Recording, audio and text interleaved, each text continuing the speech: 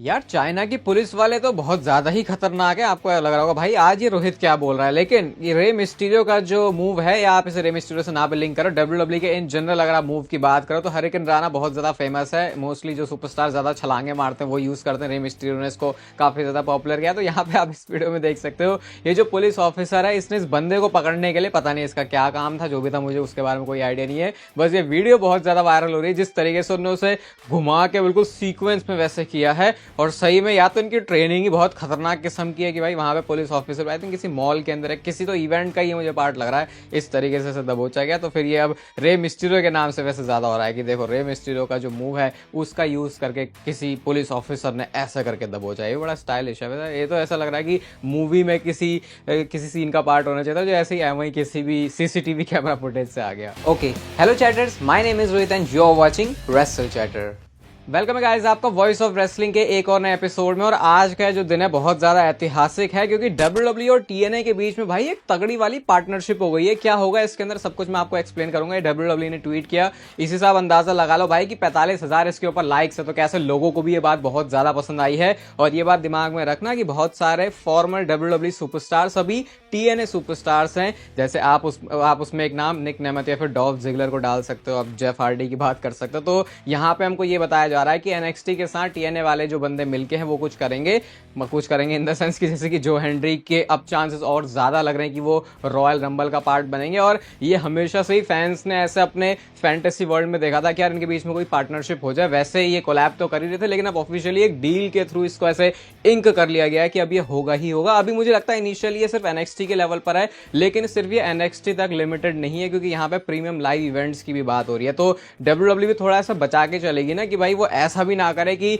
Benefit उनको भी होना चाहिए, टीएनए को भी। ये ना हो कि बस डब्ल्यूडब्ल्यू टीएनए का एक तरीके से सहारा बन गई कि उनको और ज्यादा पॉपुलर करने के, जो कि टीएनए कह सकते हैं डब्ल्यूडब्ल्यू के साथ पार्टनरशिप करके पहले से, मतलब पिछले 2-3 सालों से अगर मैं कंपेयर करूं तो काफी ज्यादा बेटर परफॉर्म कर रही है। और इसी दौरान किस बंदे का ट्वीट आता है, यह है स्मैकडाउन के जनरल मैनेजर निक ऑल्डिस, लेकिन ये उनके किसी जनरल मैनेजर वाले रोल से रिलेटेड नहीं है। आपको पता है वो इससे पहले टीएनए का ही पार्ट थे, इंपैक्ट रेसलिंग का पार्ट था। और यहाँ पे उन्होंने अपनी फोटोज पोस्ट करी हैं और देख सकते हो कैप्शन में लिखा है total non stop all days, और साथ में चैंपियनशिप वगैरह सब कुछ है। बहुत सारे लोग हैरान हो जाते हैं अब भी जब भी मैं बताता हूँ चैनल पे कि भाई निक ऑल्डिस सिर्फ एक जनरल मैनेजर नहीं है। अगर आप उससे पहले से जानते हो कि रिंग का किंग से कौन कौन जानता है, मैं ये भी आज कमेंट में देखने के लिए इंटरेस्टेड रहूंगा। तो इन्होंने ऐसे करके टीज करते तो लोग अब बड़े एक्साइटेड है, भाई निक ऑल्डिस यार अब जल्दी से लड़ो। आपको पता है एडम पियर्स और निक ऑल्डिस का एक ड्रीम मैच तो लोग अभी काफी टाइम से बोल ही रहे हैं, इसके बारे में बात ही कर रहे हैं। तो टीएनए का कोलैबोरेशन भी कुछ ना कुछ इस वे में हेल्प कर सकता है। बाकी डॉल्फ जिगलर जो कि डब्ल्यूडब्ल्यू का इतने सालों से एसेट रहा है, वो टीएनए में है। तो मैं एज टीएनए सुपरस्टार भी डब्ल्यूडब्ल्यू के रिंग में देखने में तो जिगलर को बहुत इंटरेस्टेड होऊंगा, क्योंकि डब्ल्यूडब्ल्यू के साथ तो उन्होंने में तो कुछ अच्छा हुआ नहीं। तो टीएनए का वो अच्छा पोर्शन लेके अगर वो डब्ल्यूडब्ल्यू के रिंग में आ जाए तो हाँ वो एक इंटरेस्टिंग चीज हो सकती है। तो बड़ी बात है वैसे इस पूरी प्रोफेशनल रेसलिंग की इंडस्ट्री के लिए इन दोनों कंपनीज का आपस में डील में आना है, कॉन्ट्रैक्ट में आना। चलो, जिस काम से लोगन पॉल जाने जाते थे पहले, उस काम पर वो थोड़ा सा वापस आ गए अपने यूट्यूब चैनल पर ही। उन्होंने एक पूरा व्लॉग पोस्ट किया है, ये मंडे नाइट रॉ और नेटफ्लिक्स के डेब्यू एपिसोड का। और भाई यहाँ से हमको कुछ अलग अलग ही बातें पता चली। वो जो कॉनर मैग्रेगर के साथ उनके फाइट की, उनके बॉक्सिंग मैच की बात हो रही है, तो उन्होंने यही बोला कि देखो मेरा तो प्लान वैसे डब्ल्यूडब्ल्यू के साथ फुल टाइम ही इस साल काम करने का, जो मैं आपको इतना टाइम से बता रहा था। भाई लोगन पॉल ने यहाँ पे उसको कंफर्म भी कर दिया।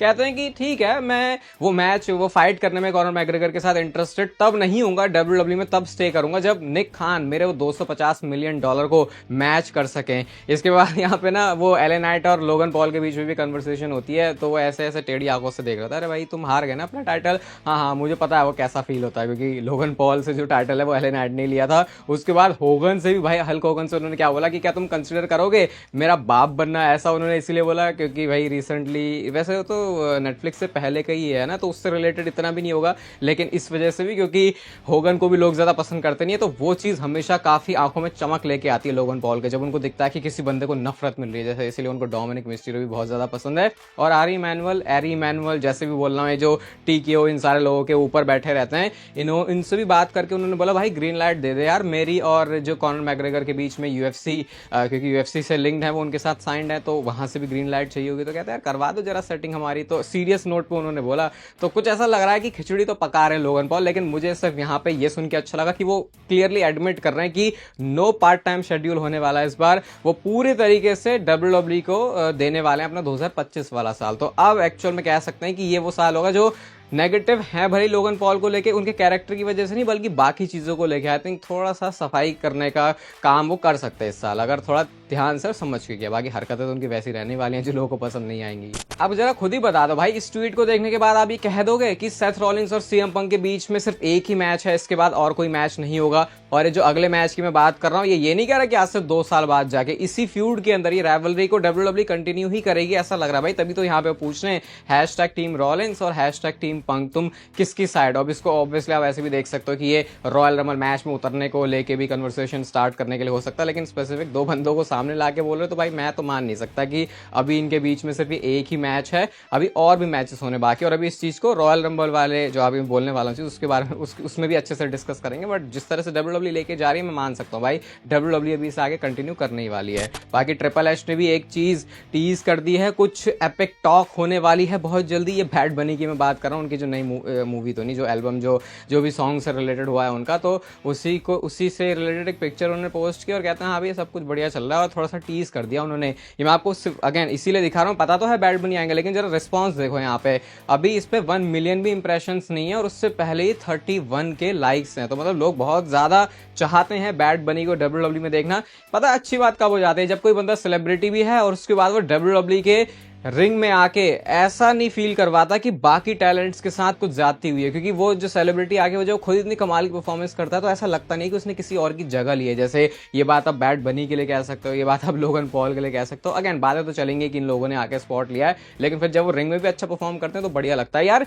ये अप्रिशिएट करना चाहिए बहुत ज्यादा। कुछ ऐसा समझो कि हमारे इंडिया से कोई बड़ा सेलिब्रिटी है और उसने रेसलिंग रिंग में जाके अच्छा परफॉर्म किया तो ऐसा नहीं लगेगा वाह भाई क्या कमाल हो गया। तो वैसे ही है बैड बनी की पॉपुलैरिटी। बाकी मैं म्यूजिक इतना सुनता नहीं तो बता नहीं सकता, लेकिन ओवरऑल पता है वैसे पॉपुलर बहुत है भाई बैड बनी। क्या बहुत सारे लोगों की दिल की तमन्ना है, मैं अब पूरी करने जा रहा हूं। मतलब मैं तो नहीं पूरी करने जा रहा, लेकिन फिन बैलर ही शायद इसको पूरी करने जा रहे हैं, क्योंकि अपनी इंस्टाग्राम पर उन्होंने इस फोटो को पोस्ट किया जो कि डीमन फिन बैलर की पिक्चर है। और यहाँ पर टेलर स्विफ्ट का जो गाना लगाया गया है वो है रेडी फॉर इट, यानी कि अब फिन बैलर अपने कैरेक्टर में किसी चेंज की बात कर रहे हैं। क्योंकि आप इतने टाइम से देख रहे हो लोग बहुत ज्यादा परेशान हो चुके हैं भाई फिन बैलर को देख के, यार इस बंदे के साथ कब कुछ अच्छा होगा, कब डब्ल्यूडब्ल्यूई इसको अच्छी तरीके से ट्रीट करेगी, कब ये मैचेस जीतना शुरू करेगा, कब असली में एक चैंपियनशिप उनको दी जाएगी। ये जेडी मैकडोना के साथ वो टैग टीम टाइटल की बात नहीं हो रही है। तो यहां सब लोग बहुत ज्यादा एक्साइटेड भी हो रहे हैं उनको देख के, भाई बंदा कुछ तो शायद खिचड़ी पका रहा है। अगेन बहुत सारी चीजें तो भाई खुद सुपरस्टार से कंट्रोल में नहीं रहती। मेरा तो भरोसा ही तब उठ गया जब मैं रैंडी ऑर्टन को अच्छा बुक होते हुए नहीं देखा। तो मैं ये कैसे मान लूं कि कोई बंदा खुद से पुश कर सकता है कि भाई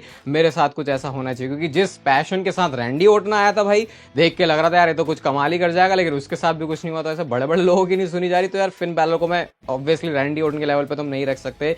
हिस्ट्री अगर पूरी देखे तो यार पता नहीं है, भरोसा होता नहीं है, लेकिन वही है उम्मीद पर दुनिया कायम है। और यही बात आप फिन बैलर, जो कि आजकल लोग पिन बैलर भी उनको बोलते हैं, ट्विटर में बहुत ज्यादा देखता हूँ क्योंकि पिन होते रहते हैं हमेशा, शायद हो सकता है उनके साथ कुछ अच्छा। अब यही उम्मीद रख लो। फिर डब्ल्यूडब्ल्यूई वर्सेस कोरी ग्रेव्स वाली सिचुएशन ने भाई एक और नया मोड़ ले लिया है। सबसे पहले तो जिम रॉस, जो कि आपको पता है डब्ल्यूडब्ल्यूई के लेजेंडरी कमेंटेटर रहे हैं, इस समय वो एडब्ल्यू के लिए सर्व करते हैं, उन्होंने ये बोला कि यार मेरे साथ ऐसा कितनी बार हो चुका है, मैं कैसे रिएक्ट करता है यार, मैं तो ऐसे रिएक्ट नहीं करता। क्योंकि मतलब कोरी ग्रेव्स के इस चीज के ऊपर कुल मिला के जिम रॉस को मजा नहीं आया कि जैसे उन्होंने एक्ट किया वो ट्विटर पे चले गए। वैसे शायद मैंने बताया भूल गया मैं, ट्विटर पे जो उन्होंने ट्वीट्स करे थे वो सारे ट्वीट सब डिलीट हो चुके हैं जो डब्ल्यूडब्ल्यूई के अगेंस्ट ही थे। और कुछ बैक स्टेज से भी बातें ये समझ में आ रही है कि डब्ल्यूडब्ल्यूई इस पूरी सिचुएशन को ऐसा देख रही है कि जैसे कोरी ग्रेव्स फायर होना चाहते हैं खुद से ही डब्ल्यूडब्ल्यूई कंपनी से, कि उनको निकाल दिया जाए। क्योंकि अगर वो कोई ड्रामा नहीं करेंगे तो उनको निकाला नहीं जाएगा, फिर वो एनएक्सटी के लिए काम करते रहेंगे। तो बेटर कोरी ग्रेव्स को ये लग रहा है कि उनको कंपनी से डब्ल्यूडब्ल्यूई खुद ही निकाल दे अगर वो ऐसी उल्टी सीधी हरकतें कर रहे हैं। लेकिन फिर यहाँ पे कहना ये भी है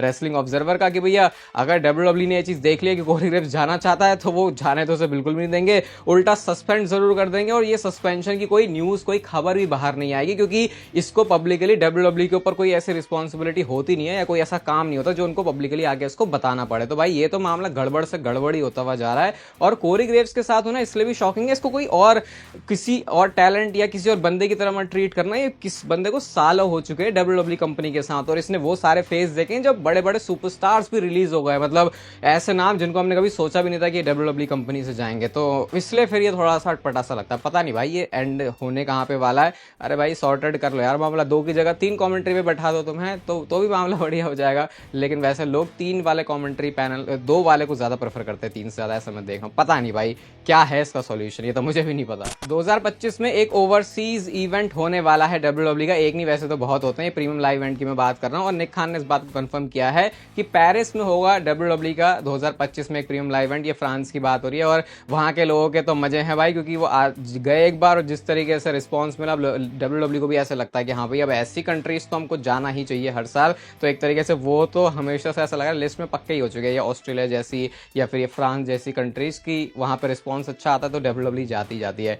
भाई ये पता नहीं भाई हमारे इंडिया के दिन ऐसे कब आएंगे। आए तो थे, रिस्पॉन्स भी अच्छा था, लेकिन फिर वही है भाई, इनको समझ में आ नहीं रहा मार्केट यहाँ पे करना कैसे काम। मैं तो ऐसे ही देख सकता हूँ इस पूरी सिचुएशन को। कल वाली स्मैकडाउन यार बहुत इंटरेस्टिंग होने वाली है, क्योंकि रोमन रेंज का तो कोई अता पता है नहीं, वो तो खैर अब आप बहुत ऑब्वियस मान के चलो या फिर बाय डिफॉल्ट लेके चलो कि रोमन रेंज को नहीं आना किसी भी शो में। लेकिन सस्ता ट्राइबल चीफ, अब जिसके पास ऊला फाला भी नहीं है, सोलो सिकोवा को ऑफिशियली अनाउंस कर दिया गया है कि कल वो स्मैकडाउन में अपना रिटर्न करने वाले हैं। देख रहे हैं जब ये वाली टर्म किसी सुपरस्टार के साथ जोड़ी जाती है जो कि एक्टिवली परफॉर्म कर रहा है कि वो रिटर्न करेगा, तो मतलब कि अब उस बंदे ने रोस्टर में अपनी एक जो खास जगह है या फिर अपने आप को स्टैब्लिश कर लिया है WWE के वो टॉप लेवल वाले टैलेंट की तरह। क्योंकि भाई सोलो सिकोवा ने काम ही इतना अच्छा किया है, मैं तो भाई हमेशा से उनको अप्रिशिएट करता हुआ आया हूं, उसी वजह से ट्राइबल कॉम्बैट या फिर रोमन रेंज की उला फाला वाली जो जर्नी है वो हुई थी। अब देखते हैं कल वो किस तरीके से स्मैकडाउन में रिएक्ट करते हैं। मैं ये तो नहीं चाहता भाई बंदा बेबी फेस बन जाए, पता नहीं क्यों बहुत सारे लोग कह रहे बेबी फेस बने। भाई इतनी मेहनत ही उसने इसीलिए की कि वो इस मुकाम पर आए कि लोगों की तरफ से उसको हीट वाला रिएक्शन मिले। हाँ सपोर्ट या फिर चैंट जरूर हो सकते हैं सोलो सिकोवा के लिए, मुझे लगता है वो भी नहीं होंगे क्योंकि इतनी भी कोई हमदर्दी होगी नहीं, यहाँ से वो एलिवेट ही करेंगे अपने हील वाले कैरेक्टर को, ऐसा मैं मान के चल रहा हूँ। बाकी कल स्मैकडाउन में थोड़ा सोच समझ के चलना पड़ेगा सोलो सिकोवा के साथ, क्योंकि वो उनका वहां से रोड टू रेसलमेनिया भी डिसाइड कर सकता है। सर्वाइवर सीरीज के टाइम से आपको पता है ये Roman Reigns, Paul Heyman and CM पंक के फेवर वाली जो डिस्कशन है वो चल रही है कि इसका मतलब क्या है, वो क्या हो सकता है। अगर WWE इसको रॉयल रंबल में फेवर बताने का प्लान करे तो एक पॉसिबल सिनेरियो आ रहा है सामने, और वो ये है कि रोमन रेंज एंड सीएम पंक इस रॉयल रंबल मैच के अंदर एक टैग टीम की तरह काम करेंगे। हाँ भाई ऐसा कैसे, तो फेवर सिंपली अगर WWE दिखाना चाहते हैं, कोई बहुत बड़ा इसका स्टेक नहीं है, तो वो सिंपल सा ये बात हो सकती है कि अभी क्योंकि पॉल हेमन के दोनों ही क्लाइंट हैं, रोमन मतलब स्पेशल काउंसिल करते हैं वैसे वो तो रोमन रेंज को, और आप कह सकते हो उनके क्लाइंट हैं सीएम पंक, उन्होंने बहुत टाइम तक उनको एडवोकेट किया हुआ है पास में। तो ये दोनों बंदे साथ में एक टीम की तरह काम करेंगे कि पहले सबको निकालते हैं, क्योंकि ऑब्वियसली जब आप रॉयल रंबल मैच एक्सपेक्ट कर रहे हो तो ये भी अज्यूम किया जा सकता है कि